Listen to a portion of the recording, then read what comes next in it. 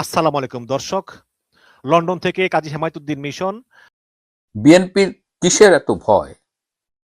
কেন ঢাকা বারের কিংবা বাংলাদেশের সুপ্রিম কোর্ট বার কাউন্সিলের যে নির্বাচন, সেখানে আওয়ামীপন্থী আইনজীবীদের প্রতিদ্বন্দ্বিতা করতে দেয়া হচ্ছে না? প্রতিদ্বন্দ্বিতা করলে কি এমন ক্ষতি হয়ে যেত বাংলাদেশের কিংবা বিএনপি সরকারের? এছাড়াও আরো কয়েকটি বিষয়ে আজকে আলোচনা করব, শেষ পর্যন্ত সাথে থাকবেন।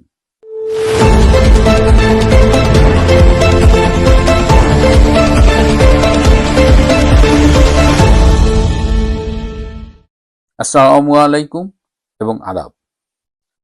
সারা বাংলাদেশের বিভিন্ন জেলায় বারের নির্বাচন হয়েছে এবং সেই নির্বাচনের ফলাফলগুলো আপনারা দেখেছেন যে যেখানেই আওয়ামী লীগপন্থী আইনজীবীরা প্রতিদ্বন্দ্বিতা করেছেন সেখানে অধিকাংশ বারেই তারা সংখ্যাগরিষ্ঠ আসনে জয়লাভ করেছেন। আবার কয়েকটি জেলার বারে আওয়ামী লীগপন্থী আইনজীবীদের প্রতিদ্বন্দ্বিতা করতে দেওয়া হয়নি।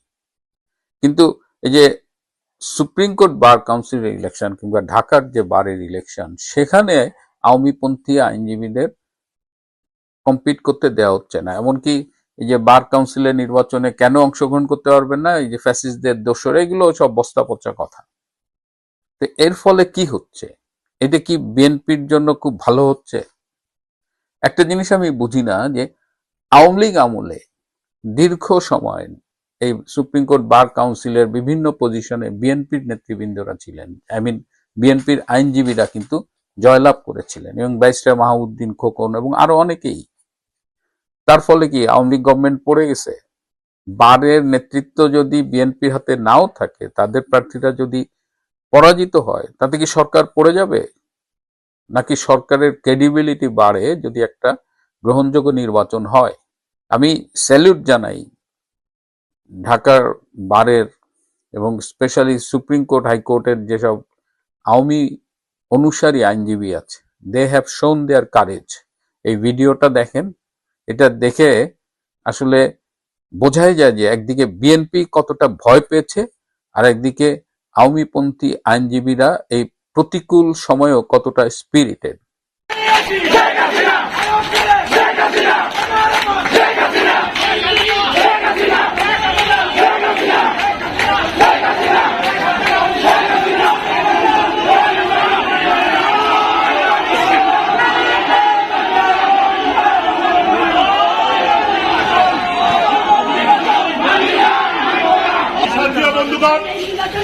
আপনারা আজকে সুপ্রিম কোর্ট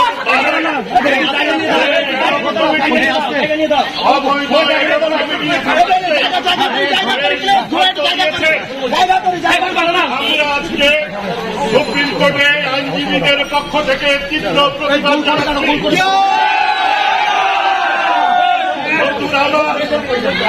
আপনারা জানেন, ওনারা বলেছেন আওয়ামী লীগ নাকি নিষিদ্ধ।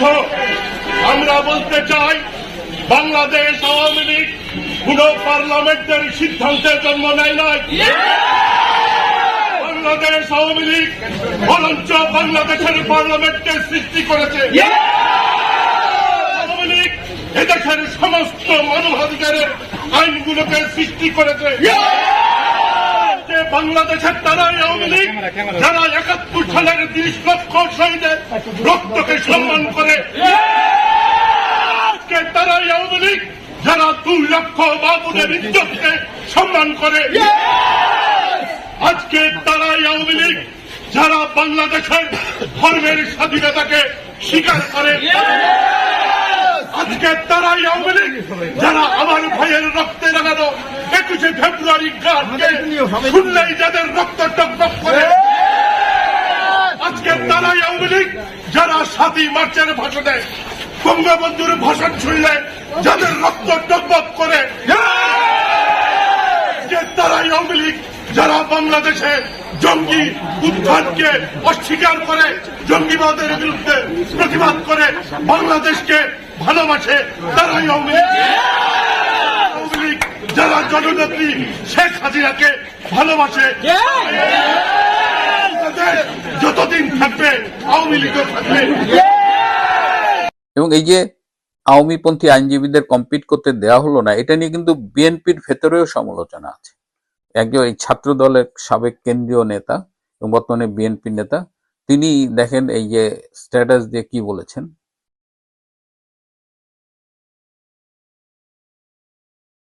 অর্থাৎ এই যে এটা যেটা সমস্যা হয় যে কতিপয় লোক তাদের নিজেদের নেতৃত্বটা ইনশিওর করার জন্য একেবারে বাই হুক্কুরু আর বাই কুক্কুরু তাদের জিততে হবে। কম্পিট করে আপনি জেতেন। আপনার যদি এত ভালো কাজ করে থাকেন, আপনাদের যদি এত গার্ডস থাকে, তাহলে আপনি সবার জন্য নির্বাচন উন্মুক্ত করেন। যদি ভোটাররা আপনাকে ভোট দেয়, আপনি আইনজীবী পরিষদের নেতা হবেন।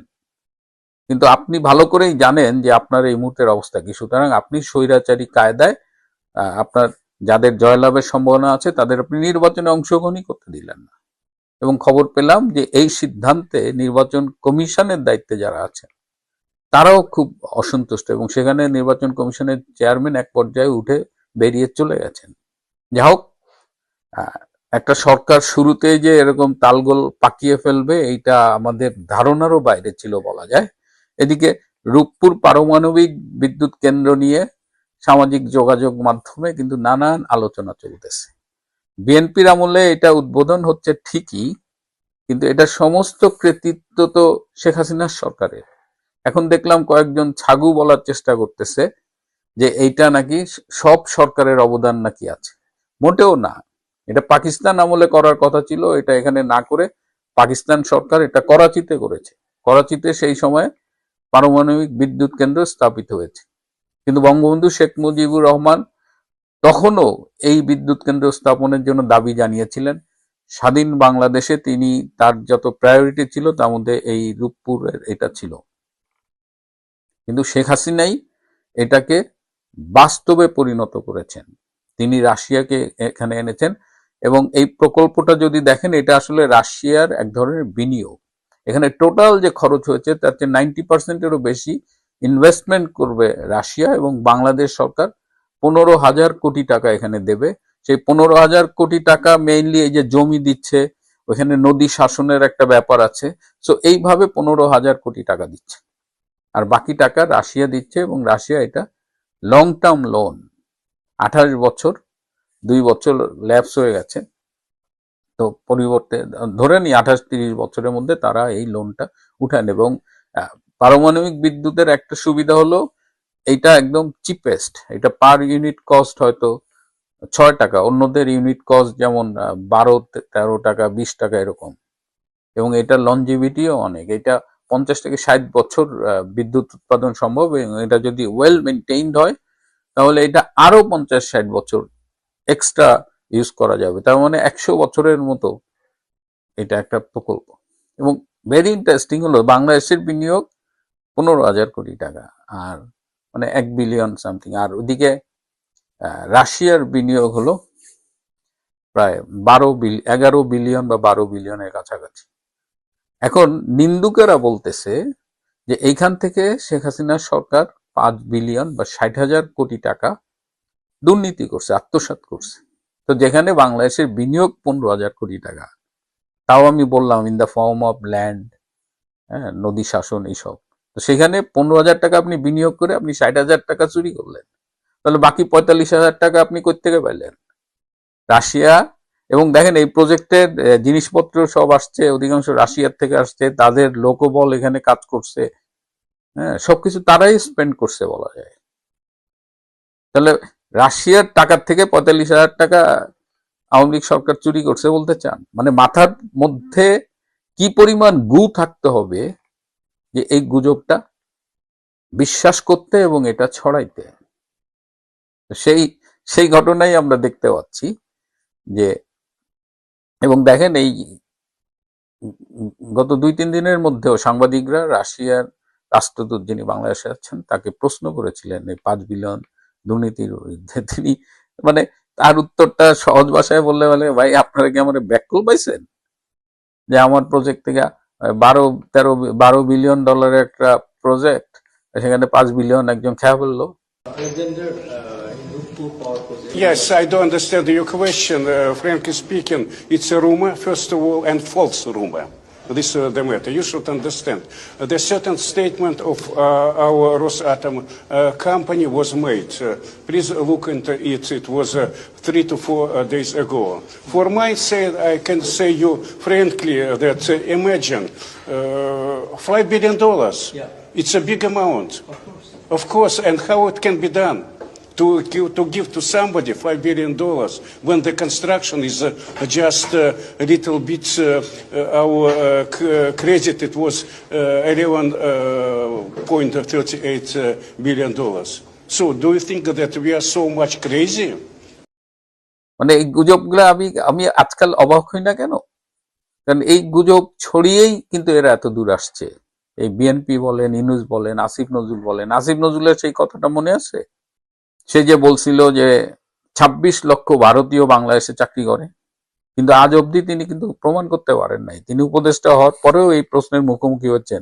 এখন আজকে একটা ফেসবুকে একটা স্ট্যাটাস দেখলাম, আসিফ নজরুলের একজন ছাত্র একটা স্ট্যাটাস শেয়ার করছে। আসিফ নজরুল আজকাল ফেসবুকে যে স্ট্যাটাস দেয় সেখানে কমেন্ট সেকশন অফ করা থাকে। তিনি ধারণা করতে পারেন, আপনারাও ধারণা করতে পারেন যে আসিফ নজরুলের স্ট্যাটাসের নিচে কি ধরনের কমেন্ট হইতে পারে। খুব কান্নাকাটি করতেছে আসিফ নজরুল ফেসবুকে স্ট্যাটাস দিয়ে যে কোন এক ভূমিদস্যুর পত্রিকা নাকি তার এবং কয়েকজন উপদেষ্টার পেছনে লাগছেন, তার বিরুদ্ধে অভিযোগ 1000 কোটি 100 কোটি, এই যে সাব রেজিস্ট্রারদের বদলি টাকা। আদালতে যদি এই মুহূর্তে আপনার পরিচিত কোনো কেউ থাকে আওয়ামী লীগের বা যে জেলে আছে বা জামিনের জন্য যাচ্ছে, তাহলে একটু খোঁজ নিয়ে দেখবেন যে আমি তো কালকেও শুনলাম যে একটা 20 টাকার মিনারেল ওয়াটারের বোতল আসামির হাতে পৌঁছে দেওয়ার জন্য পুলিশকে 500 টাকা ঘুষ দিতে হয়। একটা রিমান্ডে নিলে সেখানে আপনার প্রতিদিন 1 লাখ 2 লাখ টাকা করে ডেইলি দিতে হয়। জামিনের জন্য আগে যদি খরচ হইতো 50,000 টাকা, এখন সেখানে খরচ হয় 5 লাখ টাকা। এই কালচারটা করে গেছে আসিফ নজরুল। এখন আপনি ফেসবুকে কান্নাকাটি করেন কমেন্ট সেকশন অফ করে, আবার বলেন যে প্রমাণ করতে হবে আমি দুর্নীতি করছি। দুদকে আপনার বিরুদ্ধে কতগুলো অভিযোগ এই মুহূর্তে জমা আছে আসিফ নজরুল সাহেব, আপনি কি জানেন? আপনি প্রমাণ চান, তাহলে আপনি 26 লাখ লোকের কথা বলছিলেন, সেই প্রমাণ কই? রূপপুরে যে 5 বিলিয়ন বা 60,000 কোটি টাকা আওয়ামী লীগের সরকার দুর্নীতি করছে, সেই প্রমাণ কই? বছর বছর $16 বিলিয়ন বিদেশে পাচার করছে, সেই প্রমাণ কই? নিজেরাই তো প্রমাণ ছাড়া কথা বলছেন। আর যে দুর্নীতি আপনি করছেন, যেটা মানে সব পারিপার্শ্বিক সব প্রমাণ দিয়ে বলা যায় যে এই দুর্নীতি এখানে সংগঠিত হয়েছে, এবং সেই সংগঠিত দুর্নীতিতে আপনি নাই, being the head of the ministry, এটা আমাদের বিশ্বাস করতে হবে। আর যদি সাহসী থাকতো কমেন্ট সেকশনটা অন রেখে আপনি কাজ করতেন। গতকাল নিউ মার্কেটের পাশে শাহনাজ ছাত্রাবাস আছে, সেইখানে সামনে একজন গুলিবিদ্ধ হয়ে মারা গেছে। পরে জানা গেল সে অন্যতম শীর্ষ সন্ত্রাসী টিটন। এই টিটন ঢাকার আর এক সন্ত্রাসী আছে ইমন, তার ডানহাত বলে শুনেছি। এই টিটন একটা মার্ডার কেসে মৃত্যুদণ্ডপ্রাপ্ত আসামি, সম্ভবত 2013 বা 14 সালে সেই রায়ে তাকে মৃত্যুদণ্ড দেওয়া হয়েছিল। 2024 সালের 8ই আগস্ট এই আসিফ নজরুল্লাহ দায়িত্ব নিয়েছে।